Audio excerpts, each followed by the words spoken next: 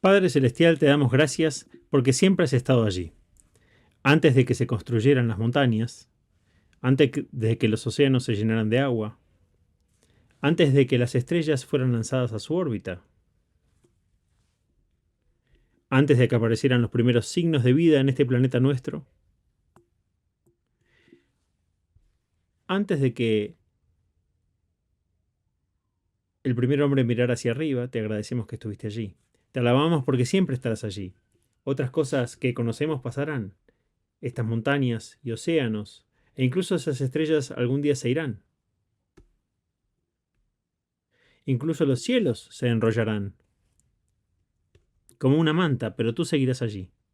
Y te alabamos por esta tremenda sensación de seguridad en un mundo cambiante que está tan perturbado y tan sacudido, en el que los reyes suben y bajan y el atlas cambia cada semana. Todavía estás allí. Pero también te alabamos esta mañana, Padre, porque estás aquí. No solo en los cielos distantes, sino por tu Espíritu Santo entre tu pueblo y en sus corazones. Y sin tu presencia estaríamos perdiendo el tiempo. Ven a nosotros, te rogamos, Señor. Te alabamos porque nos quieres mucho más de lo que podríamos alguna vez nosotros, que nos amas más profundamente de lo que podemos imaginar. Y cada uno de nosotros tiene alguna razón para alabarte esta mañana, a través del sueño y la oscuridad. Traídos de manera segura, y cuando consideramos los maravillosos procesos de nuestros cuerpos, que restauraron la conciencia, la vida y la fuerza a nosotros, y al resto de que nos diste durante las horas de oscuridad, te alabamos por eso. Aunque muchas veces lo damos por sentado, pero hay otras bendiciones más directas que hemos disfrutado. Te agradecemos por la protección esta semana del peligro. Te agradecemos por las oraciones contestadas. Te agradecemos por arreglar nuestras vidas, de manera que tuviéramos sorpresas tan inesperadas y deliciosas.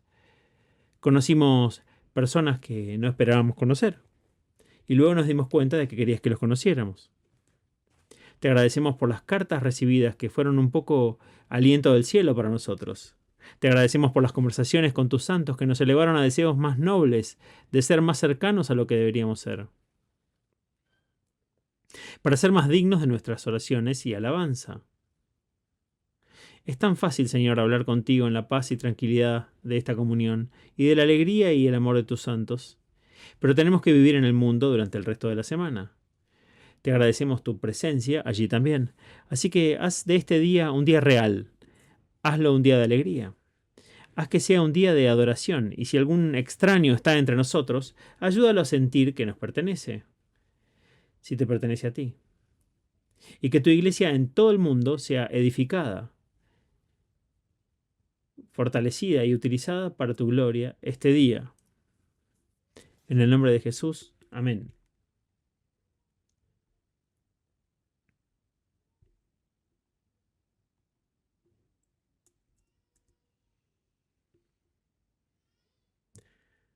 Ahora tomemos nuestras Biblias. Estaremos saltando en el primer libro de Samuel, en los primeros 16 capítulos.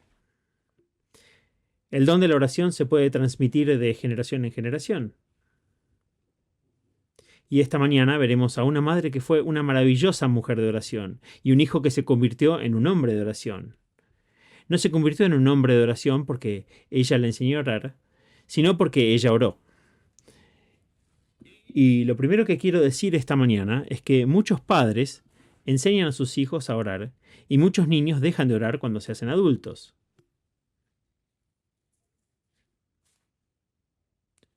¿Y saben por qué? Porque no saben que sus padres oran. Si realmente quieres que tus hijos oran, es mucho más importante que demuestres que oras que enseñarles a orar. Y recuerdo el día en que, cuando era un niño pequeño, entré corriendo a una habitación y encontré a mis padres derramando sus corazones al Señor, lo que me enseñó más sobre la oración que ellos enseñándome a decir: gentil Jesús bueno, bendíceme antes de irme a dormir. Y de hecho la oración se transmite de madre a hijo, de esta madre a este hijo, no por enseñanza directa, sino porque la vida de la mujer estaba empapada de oración. Por lo tanto, el niño fue criado en una atmósfera de oración y luego él mismo descubrió los secretos de la oración. No lo descubrió hasta que se fue de casa, pero tan pronto como salió de casa descubrió que la oración que su madre había encontrado tan real también se convirtió en suya. Ahora la madre es Ana y el hijo es Samuel. Recuerdo haber ido a Berlín para el Congreso Mundial sobre Evangelización. Había 1600 evangelistas que se reunieron al borde de la cortina de hierro. Allí, en el muro de Berlín, en el gran salón de congresos cerca de la puerta de Brandenburg. Y en toda esta compañía había 4 mujeres. De 1600 hombres y el obispo Jean Duray, ese gran santo de Dios, que tenía un ministerio tan poderoso en Pakistán y en otras partes de Asia, se levantó y habló, y miró a su alrededor. Luego nos habló de su madre y dijo, tenemos una conferencia aquí sobre evangelización. ¿Dónde están las madres? Ahora lo sorprendente es que su madre no era cristiana. Ella era budista, pero era una mujer de oración. Y cuando más tarde Jean Duray vino a Cristo, la atmósfera de la oración de la madre budista fue una influencia para convertirlo en un hombre de oración. Ella no obtuvo respuesta a sus oraciones. Oró a dioses, oró a todo tipo de personas y hasta cosas. Ella nunca obtuvo ninguna respuesta, pero el hecho de que incluso estuviera orando ayudó a que Jean Duray se convirtiera en un hombre de oración.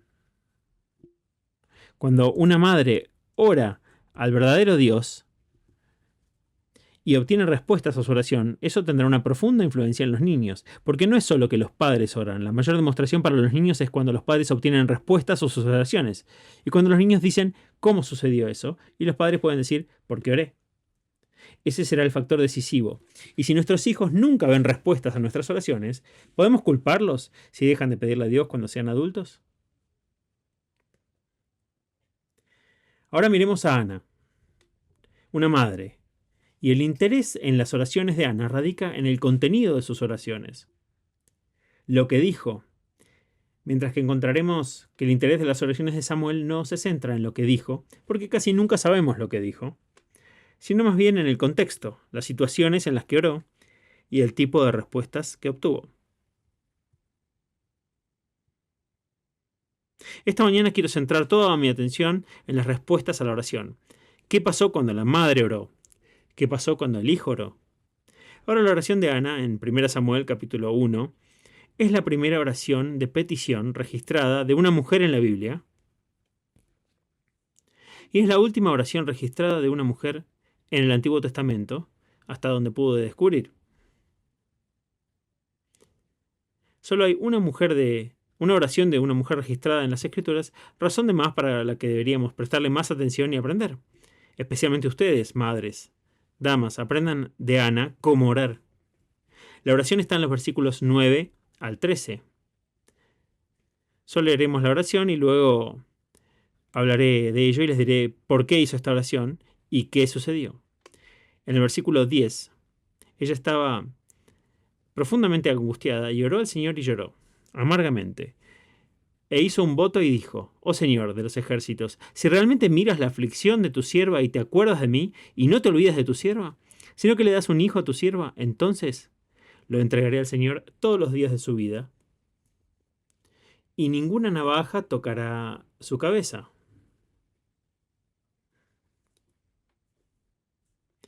Esa última frase está en contraste con muchas de las oraciones de las madres de hoy en día. Bueno, ahora veamos esta oración.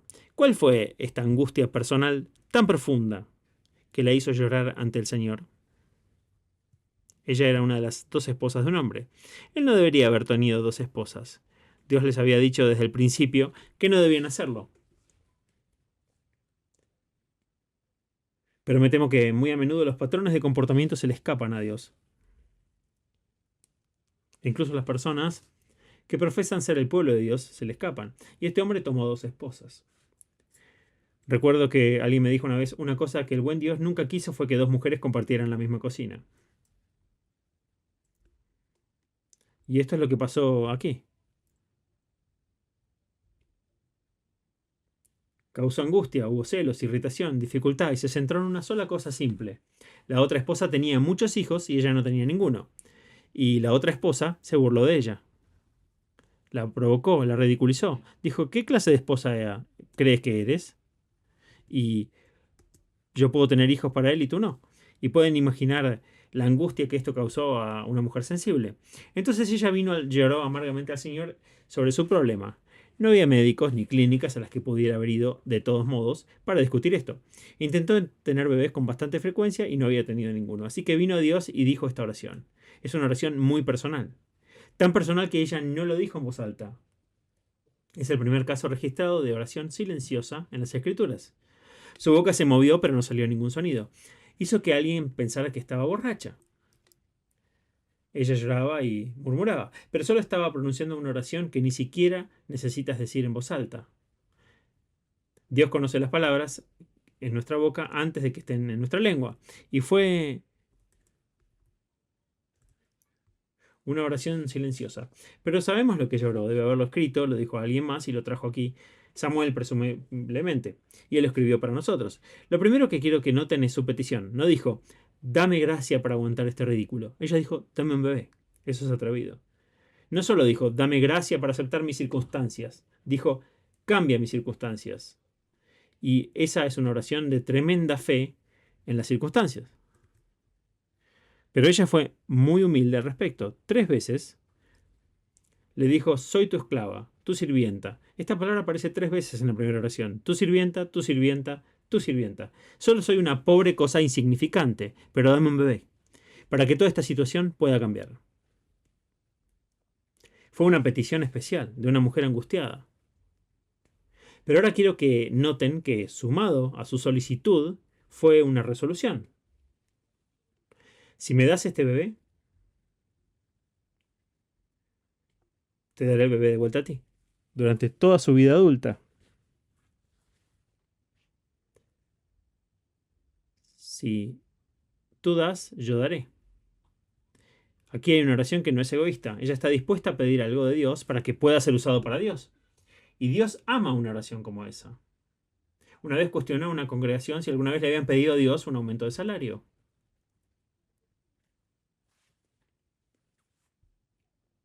Por supuesto, cuando solo estás pidiendo cualquier cosa que quieras, por supuesto le pides a Dios más dinero antes de saber por qué deberías orar. Pero desafía a la congregación. 4 días después recibí esta carta.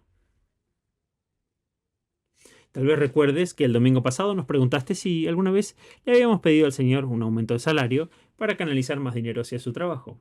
Ya que yo había señalado este punto,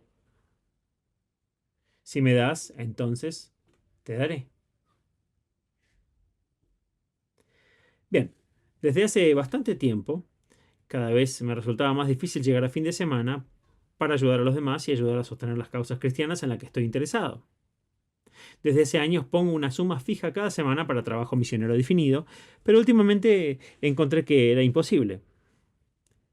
Sé que la gente dice que si 10 más teniendo 9 décimos, llegas también hasta lo mismo que si tuvieses 10 décimos, pero no funcionó para mí. Es una carta muy honesta. Ella había estado en un salario fijo durante 10 años y ya saben lo que estaba pasando con el costo de vida. Ahora dice, pero me preocupaba que no he estado apoyando financieramente la obra del Señor, como solía serlo. Anoche como a las 10 me acordé de lo que habías dicho y simplemente le presenté la situación al Señor y le pedí que me proporcionara los medios para seguir dando donaciones. A las 10 de la mañana, el gerente de la oficina me llamó a su habitación para decirme que iban a aumentar mi salario y justo la cantidad exacta que siempre le había dado al Señor. Estaba tan emocionada por una respuesta tan rápida a mi oración que mis cifras se desviaron por un tiempo. Nuestra empresa es bien conocida por pagar mal, por lo que esto lo hace aún más milagroso. Ella me alegró. Y esa mujer se fue a su casa. No lo hizo barato, no solo dijo, bien, encontré una manera rápida de conseguir más dinero. Ella se fue a casa y dijo, Señor, quiero darte, por eso te pido que me des. Porque no puedo darte hasta que tú me des. Eso tiene los pies en la tierra, y es real. Y es el tipo de oración que hizo Ana. Si me das un hijo, te lo daré. Y ella se lo ofreció de vuelta. Y esto es lo que hacemos en un servicio de dedicación. Es maravilloso poder decir que el Señor se lo ha quitado y decirlo con calma. Es aún más maravilloso decir que Él no tuvo que quitárselo, que uno lo dio. No tengo que quitármelo, lo entrego. Y eso es lo que Ana resolvió hacer bien.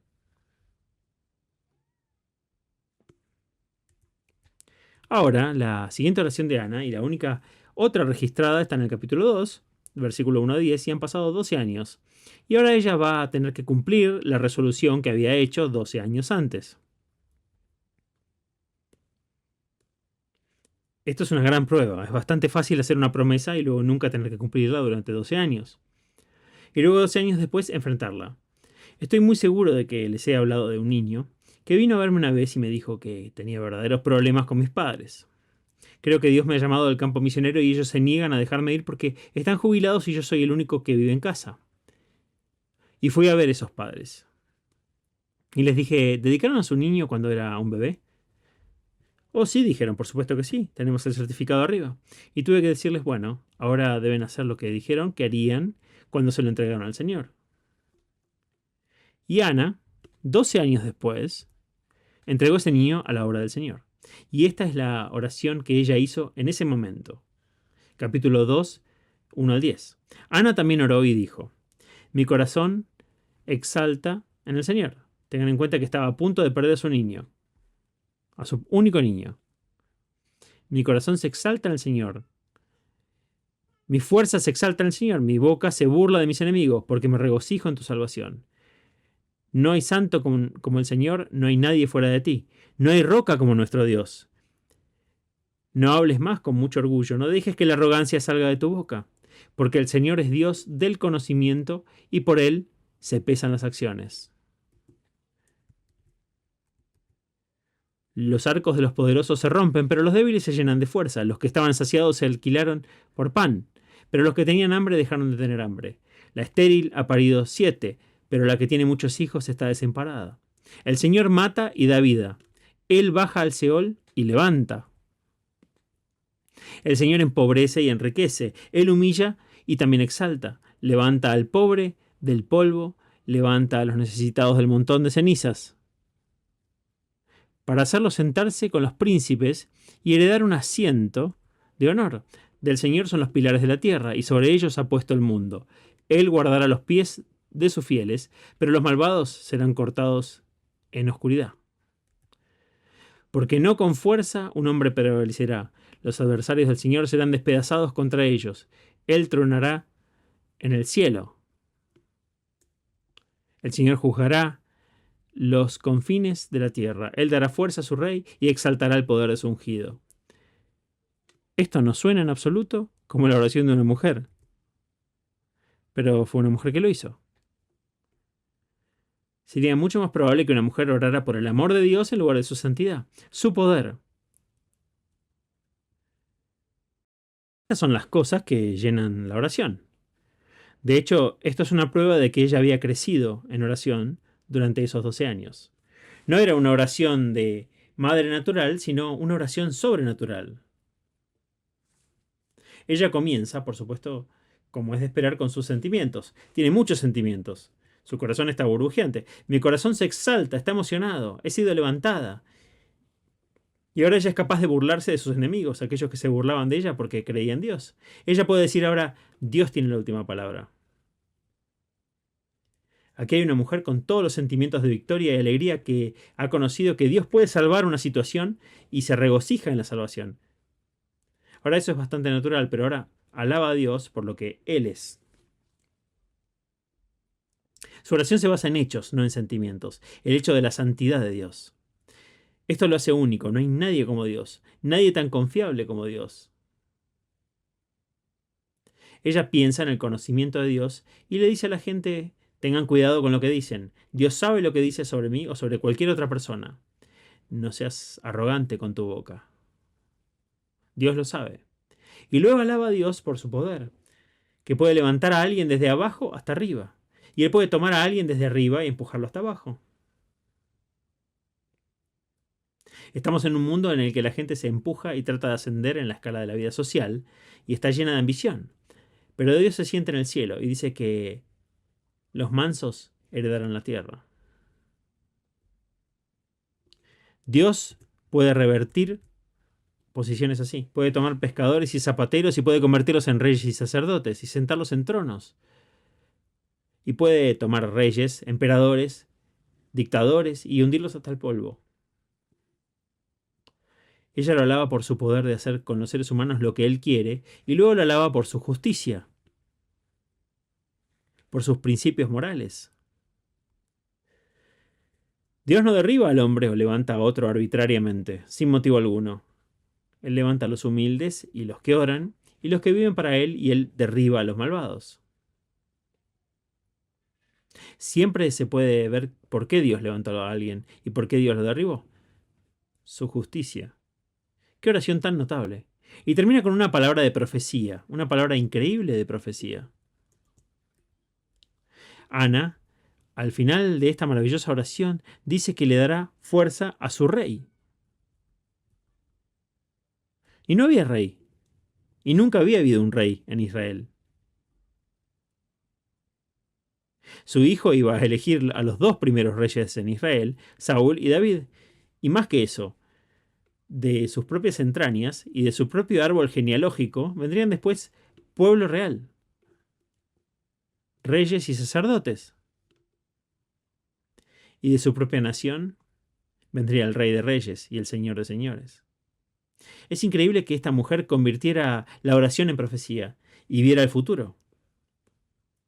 Les voy a dar el final feliz de la historia de Ana. Ella terminó con 3 hijos y 2 hijas, aparte del que perdió cuando regresó al Señor a la edad de 12 años. Es una hermosa historia de una mujer que en apuros se volvió al Señor y le pidió que le ayudara, que haga algo al respecto. Ana debe destacarse para siempre como una de las madres piadosas más grandes de todos los tiempos. Ahora pasamos de la madre al hijo, y el nombre de Samuel es interesante. Cuando tuvo este niño pensó, ¿cómo debería llamarlo? Bueno, voy a llamarlo él, que es el hebreo para Dios, él, y luego pensó, bueno, me gustaría un nombre más largo, y pensó en Samu, que significa, en hebreo, le pregunté. Samuel significa, le pregunté a Dios. Es un nombre encantador para un niño y estoy bastante seguro de que cuando creciera y fuera a la escuela o se mezclara con otros niños, volvería y diría, mami, ¿por qué me diste este nombre tan gracioso? Todos se burlaron de él en la escuela. Siéntate, te contaré, diría ella. Nunca los hubiese tenido si no le hubiese preguntado a Dios. Hace muchos años y nunca había tenido niños y quería uno y le pedí a Dios. Es así, por eso que saliste, naciste, por eso te llamé Samuel. Me imagino al pequeño emocionado con eso y corriendo hacia atrás para decirle a sus amigos, estoy aquí porque mi mamá se lo pidió a Dios. Ahora esto significaría que desde sus primeros días, él sabía que la oración no solo era escuchada, sino respondida, y que una mujer puede pedir con fe y obtener una respuesta. Y esta sería la misma atmósfera cada vez que firmaba su nombre. Escribía pedido de Dios. Y allí la misma mano que lo escribía era la respuesta a su oración. No es de extrañar que se convirtiera en un hombre que constantemente le pedía cosas a Dios en oración. Ahora hay registradas en la Biblia 6 oraciones. Son tremendamente breves. Y al menos en 3 casos ni siquiera se dice qué dijo. El interés de estas 6 oraciones radica en la situación y la respuesta que vino. Las respuestas se dan en su totalidad y hay un patrón en las 6 respuestas. La primera respuesta es mala, la segunda es buena, la tercera es mala, la cuarta es buena, la quinta es mala, la sexta es buena y curiosamente las malas respuestas están todas en palabras y las buenas respuestas están todas en acciones, en hechos. Palabras de Dios y hechos de Dios. Él siempre obtuvo una respuesta, pero 3 veces no fue el tipo de respuesta que realmente quería. Esa es parte de la razón por la que perdemos la respuesta de Dios a nuestra oración, porque solo queremos la respuesta que queríamos. Y por lo tanto somos sordos y perdemos la respuesta que Él dio. Pero Él siempre responde a las oraciones de Samuel, a veces con algunas declaraciones bastante sorprendentes. Voy a ordenarlas. En lugar de tomarlas del 1 al 6, voy a tomar 1, 3 y 5, las malas, y que son todas del mismo tipo, y luego, y son todas respuestas no deseadas de la palabra de Dios, y luego tomaremos las 3 buenas. Así que si pueden tener en cuenta que yo he desenredado un poco el ovillo, pueden ir a casa y volver a armarlo. Cada vez que las respuestas, o en las respuestas difíciles, en las respuestas no deseadas, algo había salido mal dentro del pueblo de Dios. Y la respuesta siempre fue ir y darles malas noticias. No es fácil cuando Dios hace eso. Cuando Dios dice que hay algo mal con ustedes y por eso la situación está como está. Ve y cuéntales la mala noticia. Estoy bastante seguro de que el 99% de ustedes conocen la historia de Samuel como niño en el templo. Y sin embargo estoy igualmente seguro de que nada, como el 99% de ustedes, sabe lo que Dios dijo cuando Samuel dijo, habla Señor, porque tu siervo oye.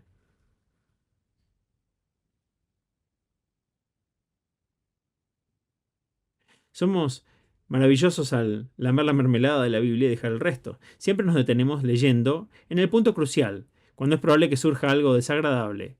Y por eso conocemos maravillosamente las partes buenas. Todos sabemos que Samuel, cuando era un niño de 12 años, estaba acostado una noche con el anciano sacerdote, a quien servía en la habitación de al lado, y escuchó la voz Samuel, Samuel, y corrió desde donde el anciano y le dijo, aquí estoy. Y él dijo, bueno, no dije nada, has estado soñando, ve y acuéstate. Por segunda vez, Samuel, Samuel. Y entró corriendo de nuevo, el anciano le dijo, no te llamé, ve y acuéstate. Por tercera vez Elí, un anciano que discernía, dijo, sabes, creo que sé lo que te está pasando. Creo que Dios está tratando de comunicarse contigo. ¿No es hermoso cuando un anciano, un padre, un santo mayor puede decirle a un joven que está preocupado por algo? Creo que Dios está tratando de decirte algo en esto. Y eso puso el pie de Samuel en el primer paso en el viaje que lo llevaría a su ministerio para Dios. Estaba ocupado en el templo, era una especie de cuidador en el templo, pero no conocía a Dios. Dice que Samuel no conocía aún al Señor. ¿Saben que Dios puede hablarnos cientos de veces y antes que lo conozcamos al Señor, no lo reconocemos? No te das cuenta de que Él está tratando de salir adelante y decirte algo. Y cuando llegas a conocer al Señor, miras hacia atrás, analizas la vida y dices, ¿por qué me habló en ese momento? Ahora puedo verlo. Él me llamó Samuel, Samuel, o como sea que te llames, y no te diste cuenta que era Dios tratando de entrar en tu vida. Él no conocía al Señor. Puedes estar en el templo, puede ser lo que Él era, un servidor al altar, y no conoces al Señor. Y por supuesto, tus oraciones no se vuelven reales y Dios intenta hablar y está sordo. Entonces Elí le dijo, ahora ve y acuéstate, y entonces él fue y se acostó. ¿Saben lo que Dios dijo? Habla, Señor, porque tu siervo oye, le dijo Samuel. Y Dios dijo, ¿qué dijo? Esa fue la primera oración de Samuel. Aquí estoy, habla, estoy listo para escuchar. Lo que Dios le dijo a Samuel fue tan terrible que cuando Elí dijo en la mañana, ¿qué te dijo Dios? Dime, Samuel. No puedo decirte. ¿Qué dijo Dios? Lo que Dios tenía que decir fue sobre los hijos de Elí, que eran niños terribles. Ya eran mayores, ahora eran sacerdotes, y lo único en lo que pensaban era en la comida y en las mujeres. Ellos eran los líderes de la nación, y los dos hijos de Elí, y Elí estaba ciego a esto, o si lo viera no aceptaría ninguna crítica de sus dos hijos. Los padres a menudo son así, protegen demasiado a sus hijos y Elí protegió a sus hijos. Ofni y Finés eran los hijos de Elí, e iban a arruinar la vida religiosa, porque Elí estaba envejeciendo y los dos niños se estaban haciendo cargo. Y cuando traían la comida para el altar y las ofrendas decían, hay un buen bife ahí. Y lo agarraban y salían corriendo con él. Y lo comían. Y luego quienes entraron al templo abusaban de ellos. Y se los quitaban también. Era una situación terrible. Y Dios le dijo a este pequeño niño de 12 años, voy a poner fin a todo. Y Ofni y Finés morirán el mismo día. Imagínate decirle a un niño de 12 años que esa fue la primera respuesta a la primera oración de ese niño. Llegó la mañana y Samuel se asustó y no quiso ver a Elí. Y encontró a Elí y le dijo, ¿qué dijo Dios? Y Samuel le dijo, no quiero decirte, no puedo. No me lo ocultes, vamos, dime qué te dijo Dios. Y Samuel comenzó y dijo, tus 2 hijos van a morir el mismo día, y que tu sacerdocio ha terminado. Puedo imaginar a Samuel casi encogiéndose y diciendo, no dije eso, él lo dijo, asustado en caso de que Elí lo atacara o algo así. Pero Elí le dijo, es el Señor, déjele hacer lo que le parezca bien. Y luego dice que Samuel creció y se convirtió en un poderoso profeta del Señor. ¿Por qué? Porque pasó la primera prueba, que es, ¿estás dispuesto a decirle la palabra de Dios a la gente, aunque sea difícil? Aunque no será bienvenida, aunque duela, aunque puede ser una mala noticia, ¿estás preparado para contarlo? Y Samuel pasó la prueba. A la edad de 12 años se convirtió en un gran profeta. Recuerdo haber visitado Ramá, la casa de Samuel, y mirado esa colina. Hay unas pocas casas de barro ahí. Es una pequeña aldea. Y recuerdo haber pensado que allí estaba el hombre que se convirtió en el gran profeta. Recuerdo haber visto el pequeño cartel que indicaba caminar por un camino desierto y pensar, otra vez en Ana. Ella vivía en Silo. Y todas estas realidades volvieron a mí. Eran personas reales y este niño de 12 años estaba dispuesto a decir la verdad para Dios. La segunda oración está en el capítulo 8, versículo 6. Esto es aún más difícil. La gente de Israel vino a Samuel y le dijeron, queremos un rey. Queremos un rey que nos gobierne. Fue la primera vez que pidieron tal cosa. ¿Saben por qué querían un rey? Porque Samuel había hecho jueces a sus propios 2 hijos en Israel. Y ellos también estaban podridos. Es lo más difícil del mundo para un padre santo lidiar con un hijo pecador. Es una de las agonías más grandes que puede haber. Algunos de ustedes han enfrentado esto y saben lo que es. Y los hijos de Samuel, a quienes él nombró para ser jueces y líderes de la nación, aceptaron sobornos y permitieron la justicia. La situación era un desastre y por eso el pueblo estaba rechazando el Padre Celestial de Samuel y los hijos terrenales de Samuel cuando pidieron un rey. Le dijeron, no queremos a tus hijos. En Samuel 8:6, Samuel oró al Señor.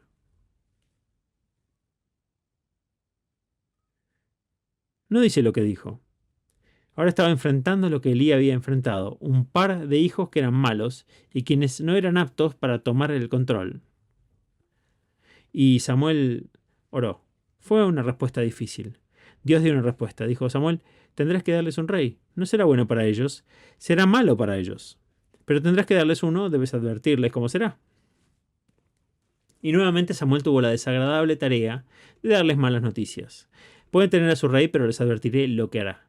Irá a su cabeza, los hará esclavos, los llevará a batallas que son innecesarias. Eso es lo que hacen los reyes. Pueden tener uno en lugar de sus hijos, de mis hijos. Pero debo decirles esta mala noticia. Nuevamente pasó la prueba. ¿Conocen uno de los textos más sorprendentes de la Biblia? Dios les dio su deseo y envió flaqueza a sus almas. Tengan cuidado con lo que piden en oración. Dios te lo puede dar y tu alma se vuelve delgada. La tercera oración, como esta, está en el capítulo 15, versículo 11. El rey fue dado y su nombre era Saúl. Era un gran hombre, tenía el físico de un jugador de béisbol, tenía el aspecto de una estrella de cine. Era genial y podía disfrazarse y podía llevarlos a la batalla. Era una figura decorativa. Él era el rey más guapo en kilómetros a la redonda, pero no era un hombre muy bueno. No era un hombre muy obediente a Dios. Y un día Dios le dijo a este rey Saúl, hay un pueblo que se ha vuelto tan pervertido que debes ir y tratar con ellos y deshacerte de ellos. Y eran gobernados por un rey llamado Agag. Y Dios le dijo a Saúl, te nombro como mi agente para ejecutar a ese rey. Ve y trata con él dándole la pena capital. Y entonces Saúl partió y fue allí y ganó la batalla contra el rey. Pero cuando vio el botín, que se suponía que no debía tocar, lo tomó y trajo todos los rebaños de regreso, y porque trajo los rebaños dejó al rey en libertad. Y el rey Agag no fue ejecutado, tuvo el descaro de entrar al templo y ofrecer los corderos que había traído como botín. Dios había dicho, mátalos a todos, no toques nada que pertenezca a un hombre malvado como ese. Pero lo trajo de regreso y luego lo ofreció a Dios pensando que eso arreglaría todo. Recuerdo que una vez un hombre entró en la oficina de la iglesia donde yo era ministro hace unos 20 años y me ofreció una gran suma de dinero. Y lo necesitábamos en ese momento, pero le dije, un momento, ¿de dónde sacaste ese dinero? Ciertamente él normalmente no tenía ese dinero y estoy bastante seguro de que no valía eso. Y le dije, ¿de dónde sacaste? Finalmente, después de hablar, admitió que ganó en las apuestas de fútbol y se había sentido culpable por esto, y estaba tratando de servir a su conciencia, introduciendo una parte en la iglesia. Y si yo hubiera aceptado esa parte, habría pensado que el resto estaba bien. Pero ya ven, el juego está claramente en contra de la voluntad de Dios. Va en contra del amor al prójimo. ¿Cómo puedo amar a mi prójimo y tratar de sacarle dinero de su bolsillo a cambio de nada? Está claramente mal. Y esto es lo que Saúl hizo. Pensó que siempre que le diera un poco de botín a Dios, haría que el resto estuviera bien para él. Nunca piensen de esa manera. Si Dios te ha dicho no toques nada, no lo toques. Incluso si crees que puedes darle algo a Dios de eso. Mantente alejado. Y Samuel escuchó sobre esto y oró. En el capítulo 15, versículo 11, y todo lo que dice es que Samuel estaba enojado y clamó al Señor toda la noche. Eso es todo. Y ya saben lo que Dios le dijo que hiciera. Pueden ver lo que pasó en el versículo 33. Samuel cortó a Agag en pedazos ante el Señor en Gilgal. Un trabajo duro. Una respuesta difícil a su oración. Dios dijo a Samuel, ve y arregla todo de inmediato. Samuel tuvo que ir y hacer ese trabajo que nunca debía haber sido suyo, pero fue y lo hizo.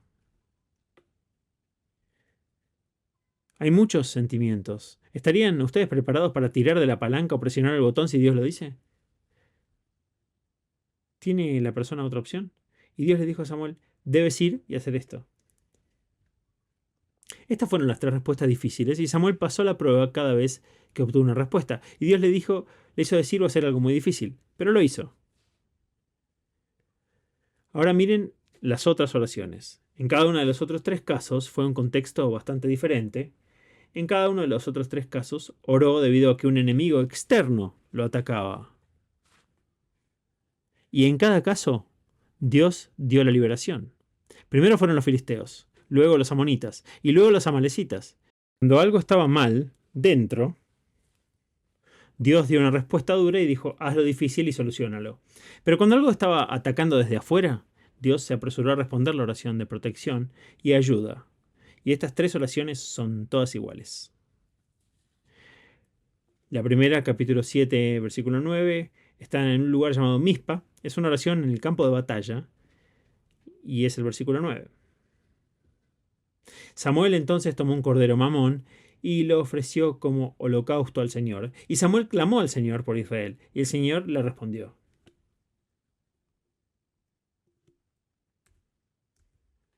¿Por qué tomó el cordero? No había tomado un cordero en cualquiera de las tres ocasiones que mencioné anteriormente. Porque antes, en el versículo 6, la gente dijo, hemos pecado contra el Señor. Y por lo tanto la oración se basó en la penitencia.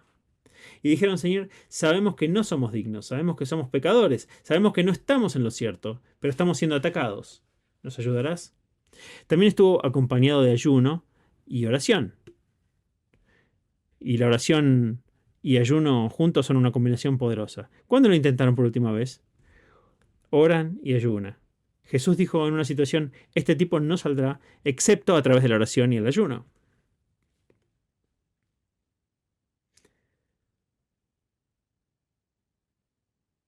No comer y ponerse de rodillas y orar es una oración poderosa. Y entonces oraron y los filisteos fueron vencidos por Dios.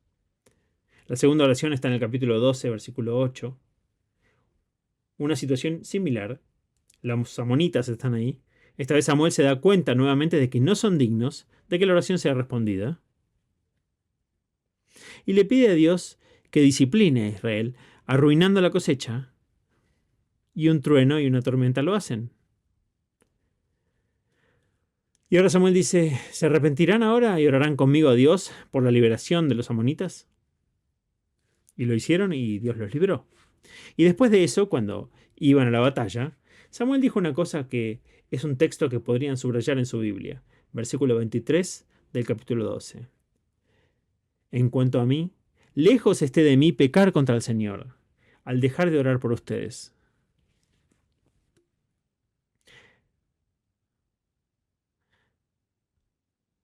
¿Se dan cuenta de que si alguien está pasando por una batalla por la que podrías estar orando y dejas de orar por ello, pecas contra el Señor?